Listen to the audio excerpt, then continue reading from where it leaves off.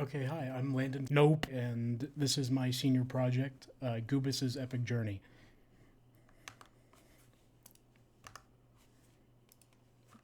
There we go. My goal with this project was basically just that I wanted to make a fun 2D platformer, um, with the stipulation that I wanted it to have a good, healthy variety of mechanics within it. I wanted the movement to be as satisfying as possible, just so that it's more fun to play. And I wanted it to be something that I personally would want to play myself. The making of Goobus. The entire game is programmed within Unity, which uses C Sharp. So any and all coding that I've did in this project was done exclusively with C Sharp. The art for the project was made in a program called Sprite. This is that program right here. And the music and sound effects was made in FL Studio, which I don't have open currently, but yep. And then the gameplay systems within my game. I opted for dash combat. I wasn't sure if I wanted to have combat within the game to begin with, but I decided that I thought it would be a neat idea to try and implement combat, but in the form of just using the player's dash, which already existed within the game. The reason I thought this would work out pretty well is because I wanted a decently precision-based platformer, but also with combat within it. So using the dash of the player, which already existed, felt like it would lend itself pretty well to making a decently engaging combat system while not detracting fully from the platforming aspect of the game. I made a patrolling enemy AI system. Currently, there's only one enemy in the game, which you'll see is the slime. Currently, he walks back and forth, and if it hits the player, it does damage. And then NPC dialogue and interactions. I actually have it set up in a scalable manner to where you can attach it to both NPC characters and any game object you want. So say you had like a sign, you could attach that to a sign as well, and you would be able to enter dialogue with the sign to be able to like read what it says. You can see an image of that happening right here, where the character is talking to the NPC. I tried my hand at using lighting within Unity, which you can also see within this picture. There's little fireflies floating around the scene, and the campfire also emits a light. Particle systems, you can see I used the particle system for falling leaves. I did this both in the actual gameplay scene and on the title screen, as you'll come to find out. I made a functional music player within the game. This was because I ended up with more music than I actually could reasonably use at this point in development for the game, and I still wanted the player to have a way to listen to all of it, so I just opted to make my own little music player within the game. I also made a title screen and a settings menu. The settings menu is accessible both within gameplay in the pause menu and on the title screen. Right, the art direction of the game. My main inspirations behind the art was old SNES and NES games, and primarily also Celeste, which is another precision platformer. I've always loved old video games. In fact, I collect them as a hobby, and I really love old like pixel art style of games, so I thought I'd try my hand at that. All art assets in the game are made by me, and I had a couple of friends help out since I'm not super artistically inclined. They kind of pointed me in the right direction. Music direction. Same sort of inspirations. I wanted it to feel a little bit more 8-bit to kind of give like the old like game nostalgic sort of feel. All of the music was also written by me and my friends, and I actually have one on this slide to give a little taste of what I mean by like the 8-bit feel. So you can kind of tell that we bit crunched the music a little bit to sort of give it that old like NES, SNES sort of vibe. I'll just let it play for a couple more seconds.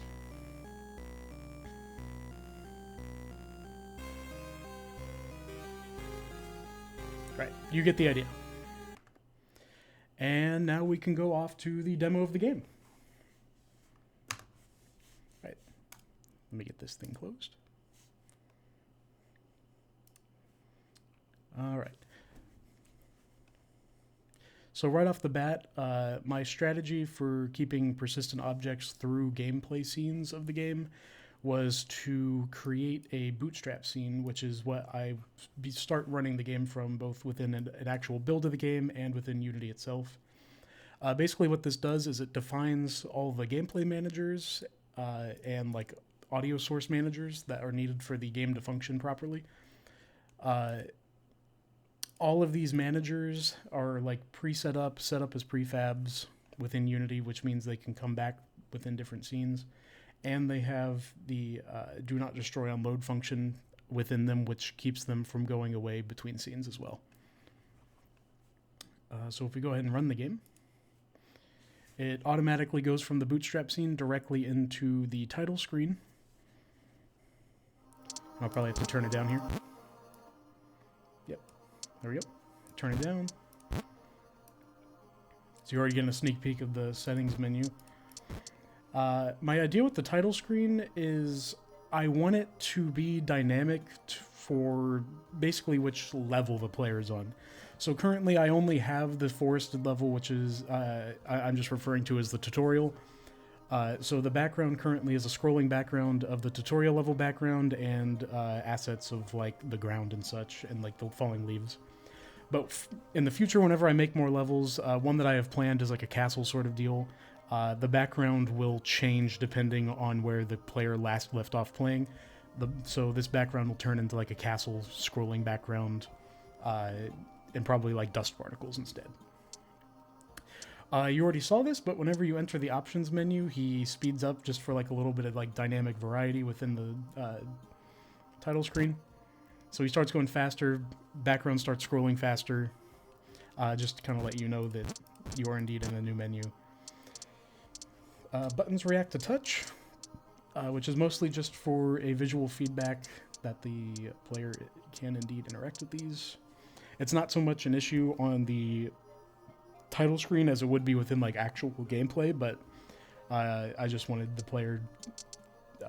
I wanted to make sure that the player knows that they can in fact interact with these. You can see it does the same thing with the like slider.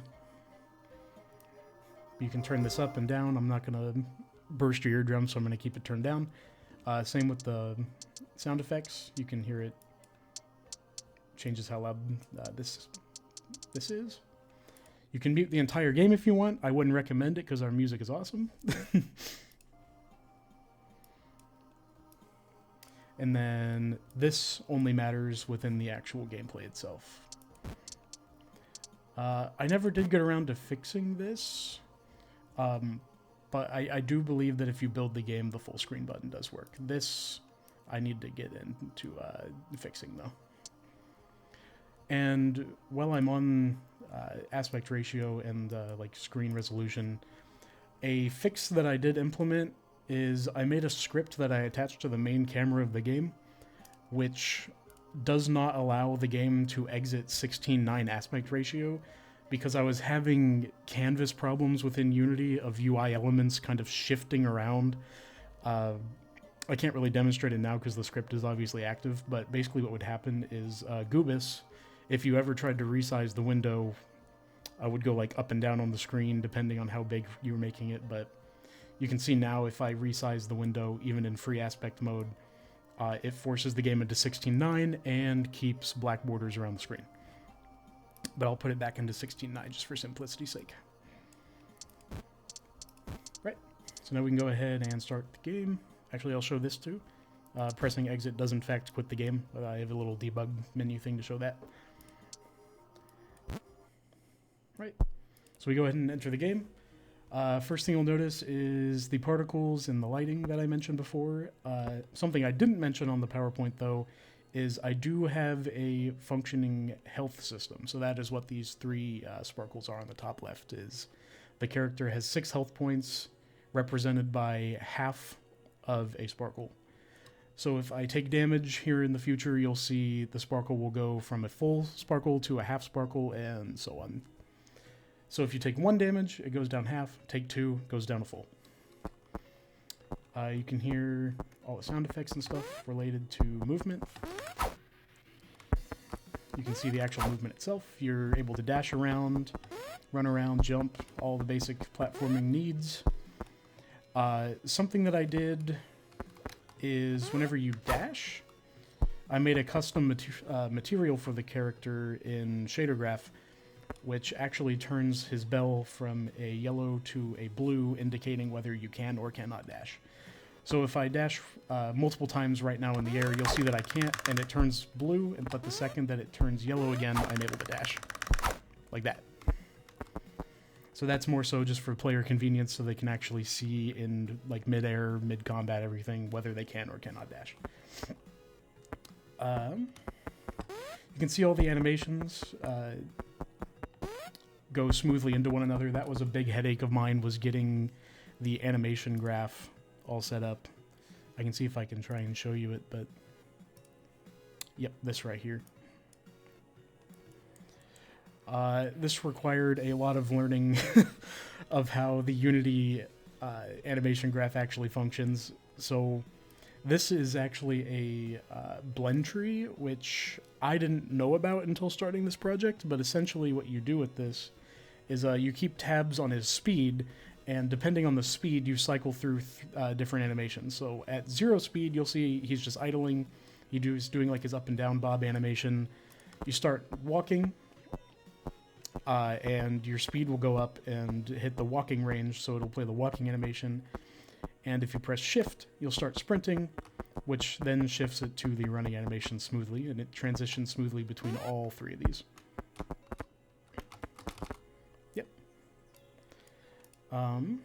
You can also crouch. That's another thing that I did.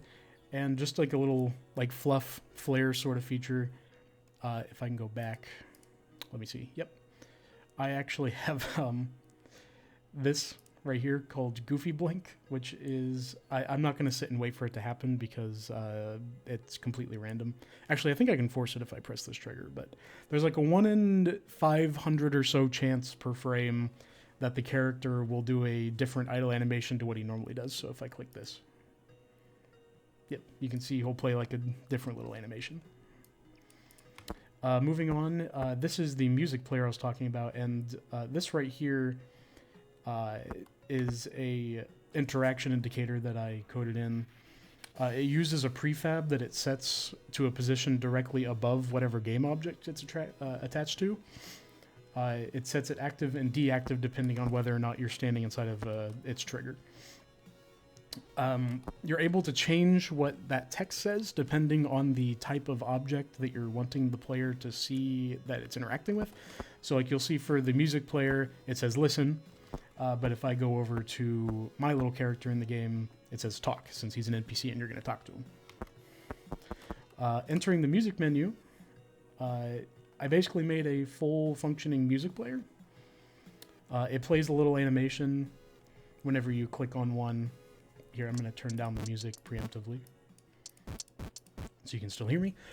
If you click on one, it goes in there, slots in, music disc, starts spinning, turns the handle, or the arm of the record player, sorry, and starts playing the song. It has a progress bar, which live updates with the time remaining in the song.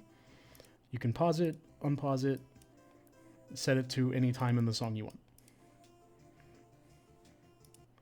And change.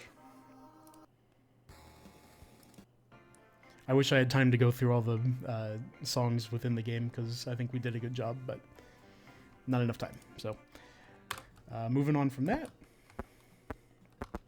Oh, and actually, while I'm at it, an issue that I was having within the game is keeping my, I guess I'll call it UI states sort of kept in check. And basically what I mean by that is ensuring that whenever you're within a menu, that you both cannot move within that menu, the player that is, and that you are able to still pause and unpause the game within that menu. So you can see within the music menu, I am able to pause and unpause, and it'll take me back to this.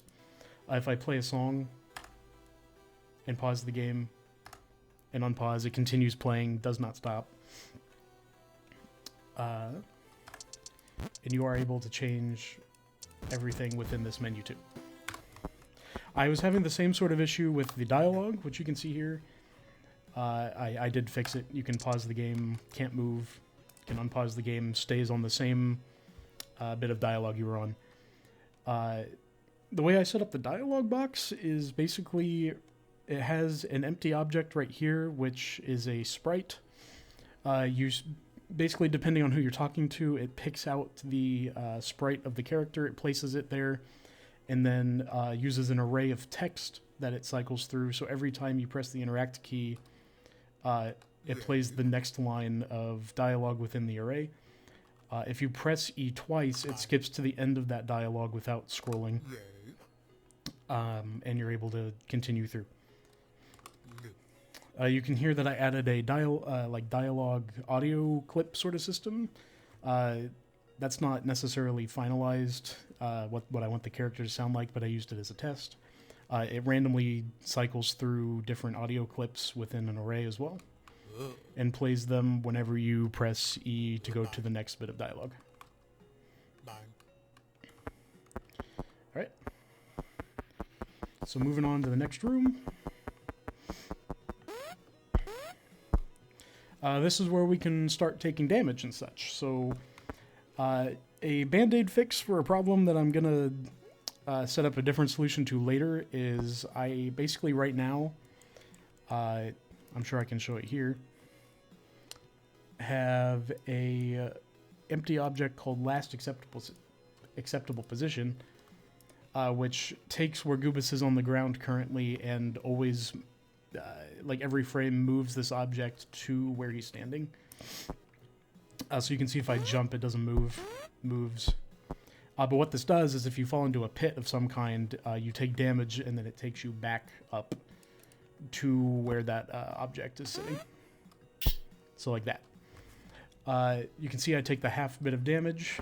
Sound effect plays, and the character flashes for the amount of invulnerability frames that he has. So we'll go ahead and dash up here. That's a one-way platform. It's sort of default within Unity, so it's not too hard to make. So I won't get too much into it. The slime will damage you, so you gotta be careful around him. You can also damage him, so that's what I was getting into with the slideshow with the dash combat. So if I go up to him and dash into him, whoop, I hit him too hard, but you can see he flashed red, took damage, and then if I do it again, he fades away and dies. I have a secret room system where on the edge of like rooms there is phasable walls. So like this right here is actually a phasable wall you can go up into, and the camera will transition up into here. It's just a secret little room. Doesn't really have much going on in it, but I thought that was neat.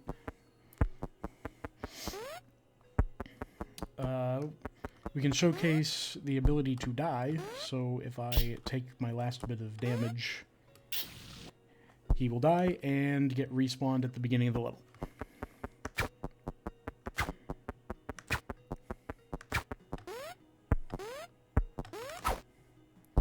Alright, let's go ahead and get through here. Something I made recently was a sort of spring, is what I'm going to call it. I'm using a mushroom as a placeholder because I think I might end up using a mushroom as the finalized version of the spring, but basically that's a temporary sound effect, but it bounces you up quite a bit higher than you normally would be bouncing just doing a normal jump. It's like you'll see I barely reach the ceiling there with the normal jump, and this bounces me well beyond that. And then I can dash to gain even further height. It'll be used within platforming challenges where extra height is needed. Oh Oh yeah, I can also wall jump. I'm surprised I forgot to talk about that, but I implemented a wall jump feature. You can see on the character there's a wall check on both his left and his right, and basically that, if intersecting with ground tagged material, aka basically anything placed by the tile map, he will slide down the wall slowly, much more slowly than if he just was falling normally. As you can see, that'll slow him down quite a bit. But if you jump on the wall, it pushes you off and sends you in whatever direction you're holding. So like that, you can use that to get up there instead of just a normal dash. All right. And then... and you can chain those together like I just did to get more height. This is an idea for an enemy I have. It's not set up yet, but the idea is that if you step on him, it's a mushroom that will retract a spike out of it, and after a certain period of time standing on the mushroom, it will try and attack you. But currently he's just working as like a normal platform. All right, and then whoop, oh, getting out. That's the end of the tutorial level for now, and it sends you into like my little testing room. This is where I was setting up basically all of the different features you saw in the tutorial level. Even this feature, which didn't actually make it into the tutorial level yet, but I have moving platforms and elevators and things. I'm planning on adding collectibles in the form of both the music players and coins, which will be usable in a shop that I'm going to implement later as well. Which, by the way, I'm planning on working on this game well into the future, as you might imagine, considering how much I'm talking about the future. But, yeah, and you can go back to the title screen from basically any scene in the game, and then whenever you're done, just exit. I don't got much else to show, I don't think. That's my game. I'm pretty proud of it. I had never tried my hand at making a game by myself before, and I'm pretty happy with what I've got so far, and I'm excited to get to a point in the future where I'm extra happy and proud of it and might even be able to release it on Steam someday. So, all right. Thank you for this semester. I had a lot of fun making this project. Yeah, bye.